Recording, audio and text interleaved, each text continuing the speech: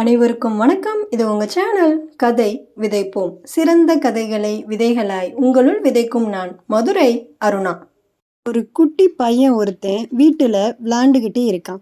அப்போது ஒரு பல்லி ஒன்று அதோட வாயில் ஒரு பூச்சியை கவ்வி இருக்கிறத பார்க்குறான். அவனால் அதை ஏற்றுக்கவே முடியலை. அவங்க அப்பாவை கூப்பிட்டு, அப்பா அப்பா இங்கே வேகமாக வாங்கலேன், பாவம் அப்பா இந்த பூச்சி, இதை எப்படியாவது காப்பாற்றுங்க அப்படின்னு சொல்கிறான்.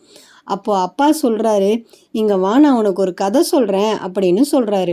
ஒரு பூச்சியை ஒரு பல்லி சாப்பிட்ருச்சு. அப்புறம் அந்த பல்லி தன்னோட வயிறு நிறைஞ்ச சந்தோஷத்தில் செவத்தில் ஊறிக்கிட்டு இருந்துச்சு. ஆனால் அதோட பிடி நழுவி பல்லி செவத்தில் இருந்து தரையில் விழுந்துருச்சு. அப்போ அங்கே இறை தேடிக்கிட்டு இருந்த கோழி குஞ்சுகளுக்கு மத்தியில் அந்த பல்லி போய் விழுந்துருச்சு. அங்கே இருந்த கோழி குஞ்சு ஒன்று அந்த பல்லியை தன்னோட இறையா சாப்பிட்டுருச்சு. கோழி குஞ்சு வயிறு நிறைஞ்ச சந்தோஷத்தில் அங்கே இருந்துச்சு. அப்போ வானத்தில் வட்டமிட்டுக்கிட்டு இருந்த பருந்து ஒன்று தன்னோட இறைக்காக அந்த கோழி குஞ்சை தூக்கிருச்சு. இப்போ பருந்தோட வயிறும் நிறைஞ்சிருச்சு. தன்னோட வயிறு நிறைஞ்ச சந்தோஷத்தில் பருந்து ஒரு மரக்கிளையில் உட்காந்து ஓய்வெடுத்துக்கிட்டு இருந்திருக்கு.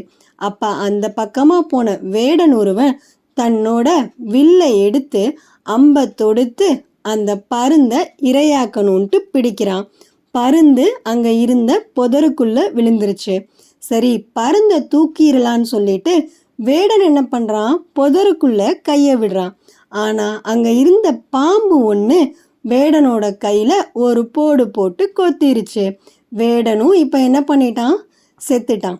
இப்போ சொல்லு, யார் மேலே தப்பு இருக்கு?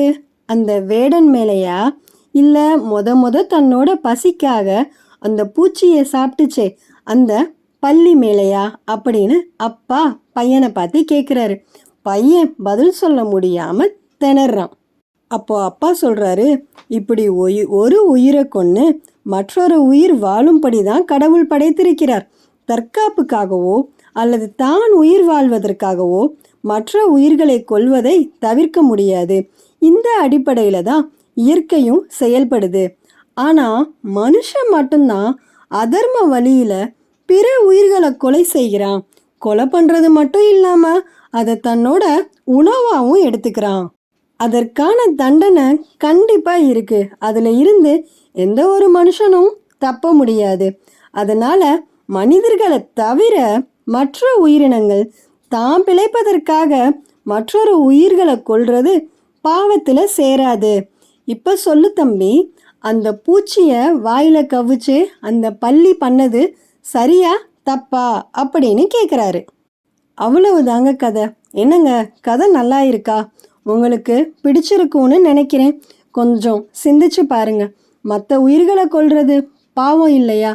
அது எறும்பாக இருந்தால் என்ன, இல்லை மட்டன், சிக்கன், மீன் எதுவாக இருந்தால் என்ன? யோசிச்சுக்கோங்க. என்னோட சேனலை சப்ஸ்கிரைப் பண்ண உங்களுக்கு ரொம்ப நன்றி. இது போன்ற கதைகளுக்கு மறக்காமல் சேனலை சப்ஸ்கிரைப் பண்ணிடுங்க. அப்புறம் அந்த பெல் பட்டனையும் கொஞ்சம் கிளிக் பண்ணிடுங்க. உங்கள் எல்லாருக்கும் ஒரு சின்ன வேண்டுகோள், நிறைய பேர் இது போன்ற கதைகளை கேட்குறீங்க.